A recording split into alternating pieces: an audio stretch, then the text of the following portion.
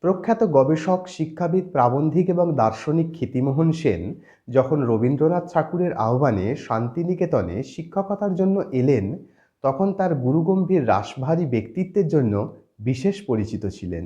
কিন্তু এই রাশভারী ব্যক্তিত্বের অন্তরালে ছিল একটি সুরসিক হৃদয়। ক্ষিতিমোহন সেনের বংশগত পেশা ছিল কবিরাজি। তার পূর্বপুরুষেরা অনেকেই ছিলেন কবিরাজ।